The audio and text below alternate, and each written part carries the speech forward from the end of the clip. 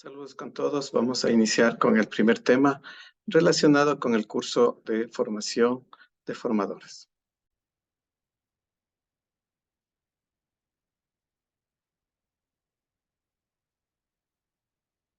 Muy bien. Bueno, aquí hay alguna descripción de mi experiencia como profesional en los temas de capacitación especialmente.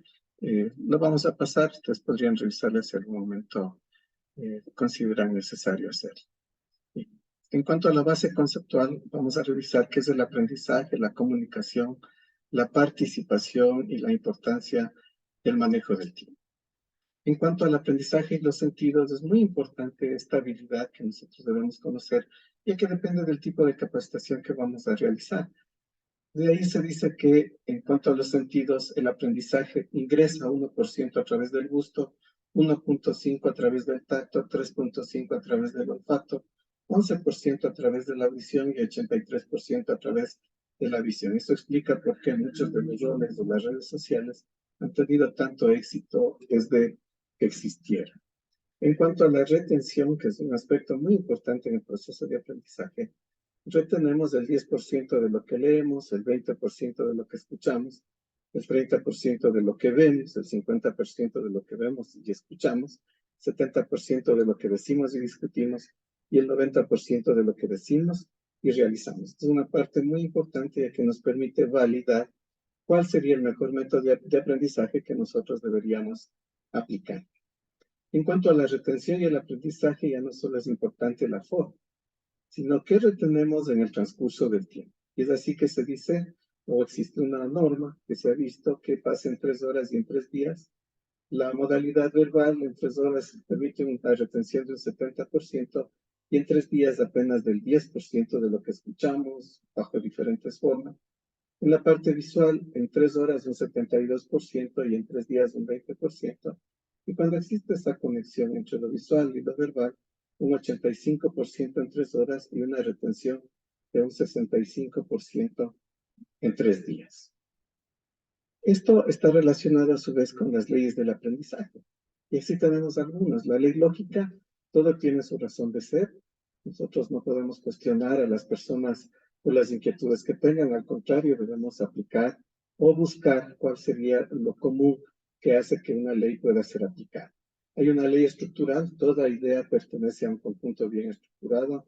Hay muy pocas cosas que estén aisladas o posiblemente todavía no se han investigado.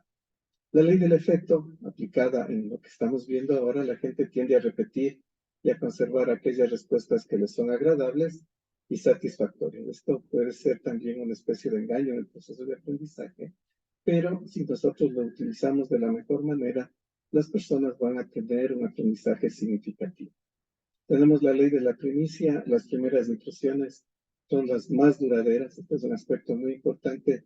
Y a nivel de lo que somos, de quienes hacemos capacitación, solemos decir que no existe una segunda oportunidad para una buena primera impresión.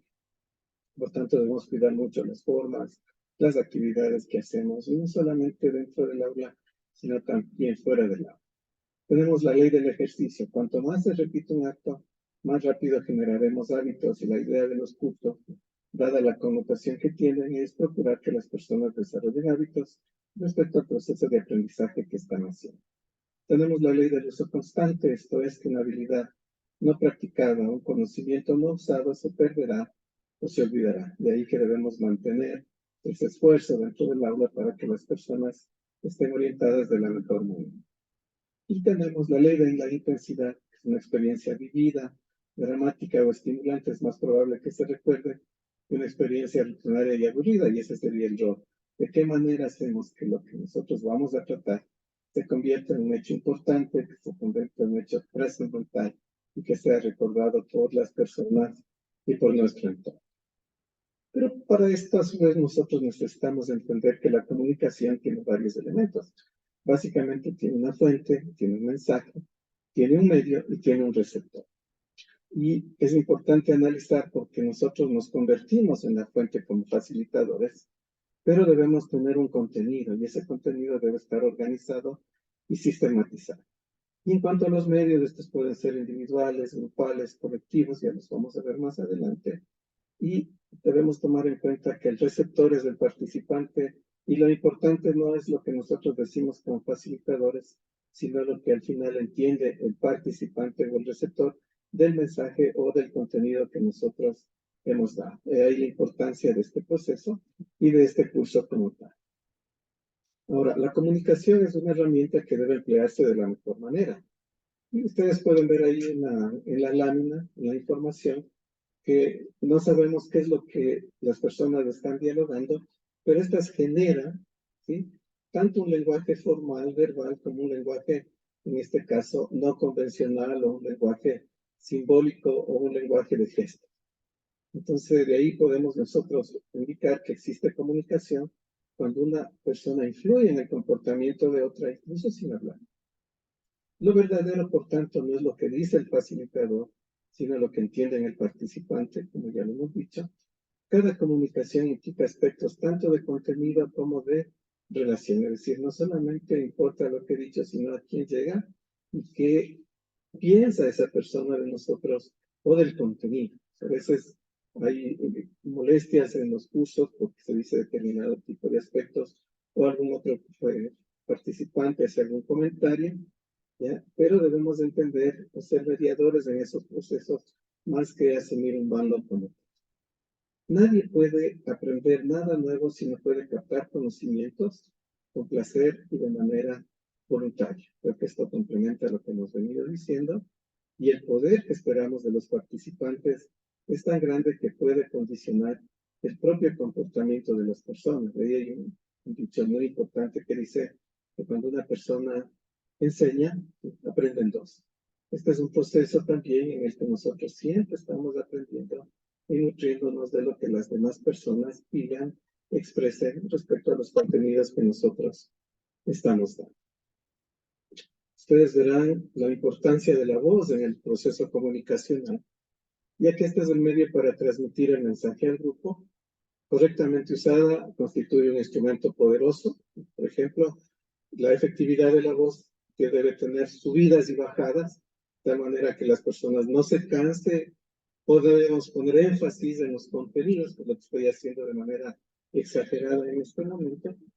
Y esto requiere práctica y comprensión. Hay varias prácticas que nosotros podemos colocar respecto a la utilización de la voz o a mejorar la voz, y cuyos contenidos también vamos a acompañar en la plataforma.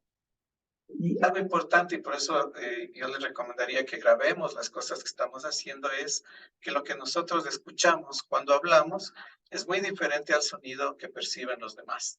Y siempre digo, es como el karaoke. Nosotros creemos que cantamos bien, excepto quienes sí cantan bien, pero posiblemente no sea ese el caso, ¿ya? Y es importante que nos retroalimenten continuamente de qué es lo que está sucediendo o si nosotros estamos utilizando un lenguaje adecuado. En cuanto a las técnicas que podemos utilizar para mejorar la efectividad de la voz, tenemos, por ejemplo, el tema de la proyección, que es la forma en la que yo me manifiesto con los demás, subiendo o bajando la voz, observando a las personas, ¿sí?, tratando de incitarles a que digan las cosas, ¿sí?, a través de la modulación. También es necesario un ritmo. La expresión humana maneja alrededor de 150 palabras por minuto. Hay facilitadores o políticos que han logrado 280, 250 palabras por minuto. Por ejemplo, John F. Kennedy era un excelente orador, hablaba muy rápido y se hacía comprender. Pero debemos tener un ritmo normal para que este pueda ser entendido, ni muy lento, ni muy rápido. En cuanto al tono, emplear de 10 a 20 notas diferentes. Si nosotros hablamos en el mismo nivel, de la misma manera, la gente se puede cansar y deja de escucharnos. Es algo normal que sucede en los procesos de capacitación. En cuanto a las pausas, siempre debo, antes de hablar, emplear puntuación, establecer las pausas, hablar un poco más lento si es que es necesario para aclarar un tema, y ya que todo esto va captando el cerebro del participante y le va dando las alertas de que escuche lo que estamos diciendo. Estoy exagerando algunas palabras, pero también podemos dar relieve, podemos poner la negrita sobre determinado tipo de actividad. Yo puedo decir el concepto, está basado en lo siguiente. Eso ayudará mucho a que se comprendan las actividades que estamos haciendo. Y esto también se denomina énfasis, que es cómo yo puedo a través de la voz subrayar algunas palabras, como ustedes podrán darse cuenta de que son nada más técnicas que podamos usar para mejorar. En cuanto a la comunicación no verbal, esta es muy importante ya que el facilitador está al frente y si bien nosotros vemos al auditorio y vemos quienes están diciendo una cosa, quienes están conversando, ellos también nos observan a nosotros y es importante de qué manera nosotros utilizamos la voz, el cuerpo, el cual debe tener una armonía. Es decir, si yo estoy parado, mi comunicación debe ser hacia las personas, debe ser de frente, debo dominar al auditorio, que es mirar a cada persona en la medida que están. En los temas virtuales es un poquito más complejo hacer esto, pero ¿por qué es importante el mensaje? Ya que el 55% de toda la comunicación está dada por elementos no verbales, un 38% por la entonación y apenas un 7% por las palabras. De ahí que la comunicación corporal afecta al recibir y al comprender el mensaje. La causa de los mayores problemas o las discusiones en el hogar, fuera del hogar, es justamente están basadas en la comunicación no verbal. En cuanto a cómo lograr efectividad en la comunicación no verbal, hay aspectos muy bonitos que podemos hacer como facilitadores: sonreír al auditorio, no entrar enojados, dar un apretón de manos a las personas, saludarlas de la mejor manera, una postura correcta, una postura alegre, interesante, ¿sí? También es importante el tema de la apariencia personal, y no estoy indicando que la apariencia personal es utilizar un terno, una chaqueta o una camiseta, depende mucho del grupo al que nosotros vamos a dar clase. Obviamente, si es un grupo ejecutivo, multinacional, posiblemente esa sea la relación. Pero si es un proyecto social o es una capacitación in situ, uno debe vestirse de manera similar a como el auditorio va vestido para no generar choques en cuanto a lo que es esta comunicación no verbal. Debemos también hacer siempre contacto visual, es decir, mirar a las personas, observarlas, y esto también nos ayudará en elementos de negociación, no solamente en la parte de ser facilitadores, sino en la comunicación en general. El movimiento de brazos y manos, ya lo he dicho, debe estar coordinado con lo que nosotros decimos, y obviamente eso implica también el tema de la posición de pies, piernas y el cuerpo. A veces tendemos a tener esos tics de mover la pierna, de mover el brazo, y eso es algo que debemos evitar, ya que, como les indico, estamos al frente de las personas y ellos nos están observando. En cuanto a las condiciones especiales de los facilitadores, depende también del tipo de curso, pero en general debemos ir cultivando este tipo de acciones, de la capacidad de liderazgo, es decir, pedir que hagan silencio, pedir que colaboremos y obviamente inducir para que todas estas actividades se hagan de la mejor manera y que las personas disfruten de las cosas que están haciendo, que son las características que tienen. Debemos tener también la capacidad de negociar.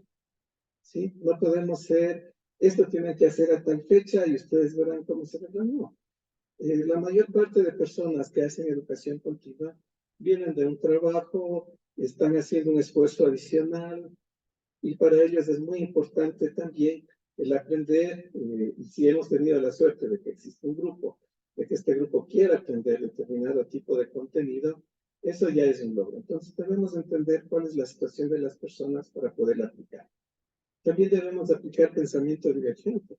No todas las personas van a pensar como nosotros, y tampoco debe ser nuestra intención que todas las personas piensen igual que nosotros. Eso sería algo muy difícil. Pero si es que hay diferencias de opinión, respetar las diferencias de opinión, analizar esas diferencias de opinión, y que sea el auditorio el que determine lo que considere más oportuno o que considere lo mejor. ¿Sí? La capacidad para tomar iniciativas. No todo lo que está planificado se cumple. A veces hay que hacer mejoras, a veces los alumnos o los participantes solicitan algún tema adicional o posiblemente por razones de tiempo hay que ajustar algún tipo de actividades. Entonces, la iniciativa es parte de ese proceso. Y la clave, como ya hemos manifestado, es la formación permanente. No estamos nosotros o no somos producto terminado, siempre debemos revisar, siempre debemos actualizar las actividades que nosotros tenemos, los contenidos, y tengamos en cuenta que los contenidos tienden también a ser a tener una capacidad de obsolescencia o a ser obsoletos con el tiempo. Depende mucho de qué uso de tecnologías y de qué acciones nosotros tengamos o que podamos aplicar. En cuanto a la participación en actividades de capacitación, existen varias cosas que debemos nosotros considerar también. Los aspectos funcionales, ¿sí? Es decir, la gente viene a ganar experiencias y viene a que si yo le doy un curso, ese curso tenga utilidad, que le sirva para algo, que el día de mañana ya pueda llegar a la oficina o a su taller de trabajo o a su puesto de trabajo y decir esto aprendí hoy y esto es algo que ya me ha mejorado como persona. Los aspectos éticos, en este caso la andragogía, que es la educación de adultos, y obviamente contemplar o ser parte de un contexto. Yo no podría establecer o dar clases si es que no conozco las normas éticas de un país, de una región, de determinado tipo de etnia, ya que podría herir susceptibilidades, generar problemas o generar conflictos. Entonces es muy importante que estemos informados. En cuanto a las experiencias positivas y efectivas, estas deben ser actividades como tales, ¿sí? Que tengan una naturaleza activa, crítica, organizada, creativa, equitativa, precisa, pero sobre todo legitimadora. ¿Qué significa esto de legitimadora? Que las personas sientan que lo que nosotros les estamos transmitiendo, ¿sí? No les va a hacer daño, no les va a generar problemas y que por el contrario les va a ayudar a mejorar su condición de trabajo, a mejorar su condición laboral, a mejorar la relación con otras personas, ¿sí? Y esto está relacionado justamente con el nivel de capacitación o de participación que nosotros esperamos de las personas. De ahí que un proceso participativo, que es lo que debemos utilizar, trabajos de grupo, vamos a ver esas herramientas más adelante, ¿sí? Movilizan la capacidad de cada persona para considerar, analizar y adoptar cambios. Y qué mejor si lo hace en un contexto de personas que conocen también de las actividades o del medio en el que se están desenvolviendo. Permite a su vez que cada persona comparte el proceso y se sienta beneficiaria y responsable de los compromisos y de los resultados. Esto, como ven, aplica a cualquier tipo de organización, pero también debemos procurar desarrollarlo en el aula. Del mismo modo, debemos facilitar el comprender los problemas desde diferentes puntos de vista. Esto es la riqueza de lo participativo. Posibilita además abordar distintas alternativas para la solución de problemas. Tenemos varias ópticas que nos permitan hacerlo y por eso vamos a ver algunos procesos de esta naturaleza. Permite también un aprendizaje o que el aprendizaje sea mucho más intenso y provechoso por ser mutuo y compartido. Por eso no existen aulas de uno, ¿no? Existen aulas donde existen varias personas, varias interacciones y en las que no solamente trabajamos en el contenido, sino además en la relación que tenemos con los compañeros. Ya hemos visto el tema de la comunicación y que existen roles en la comunicación. Entonces, también lo mismo podemos hacer que existen roles en los actores que están haciendo actividades de capacitación. Y así tenemos un facilitador moderno que debe estar centrado más en el aprendizaje que en la enseñanza. El aprendizaje está dado básicamente no solo en el contenido que vendría a ser la enseñanza, sino cuál es la significancia de ese contenido para que la persona lo pueda utilizar de la mejor manera el día de mañana. Es decir, no me interesa que lean el libro, sino cuánto del libro va a ser útil para las personas o cuánto de ello le va a permitir ser un medio para que ellos puedan encontrar otro tipo de realización, ¿sí? De ahí que el facilitador es el guía, el consultor y el asesor del proceso. Y muchas veces uno termina de dictar un curso, como obviamente se da el correo, hay gente que lo escribe, le consulta determinado tipo de cosas, y eso también es una puerta para el desarrollo profesional del propio facilitador, ya que se ha dado a conocer en un medio que podría ser también parte de un nicho de mercado posterior. Es muy importante poner esto en cuenta. Tenemos el participante como elemento generador de valores agregados y la creatividad del aprendizaje. La creatividad es un tema muy importante ya que no se da exclusivamente desde el facilitador. ¿ya? La creatividad es cuando el facilitador genera los medios para que las personas piensen diferente y para que las personas vean la realidad de un modo diferente, ¿sí? Y obviamente la capacitación vendría a ser el instrumento clave para mejorar esa relación entre el cliente interno y el cliente externo. Recordemos que a la larga la capacitación dentro de los sistemas o de las organizaciones lo que buscan es mejorar la productividad de la organización, mejorar las ventas, mejorar la calidad de servicios. Entonces debemos también tomar en cuenta los fines de la capacitación y para qué fuimos contratados y dar ese mensaje también como parte de ese efecto de productividad o de mejorar la relación interpersonal para que generen las relaciones que tienen las personas y que éstas a su vez afecten o beneficien al cliente de la mejor manera.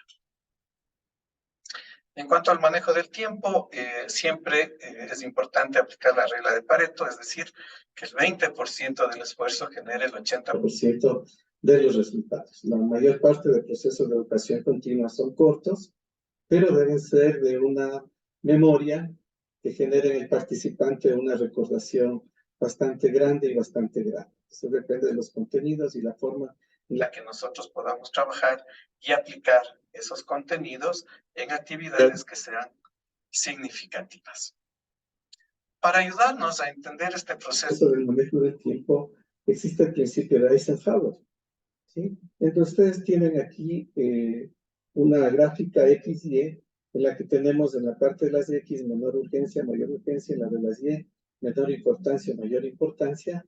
Y esto nos ayuda también a definir, tanto en el nivel profesional como en las actividades que vamos a trabajar en el aula, ¿sí? Si es que algo tiene menor importancia y no es urgente, le podemos desechar.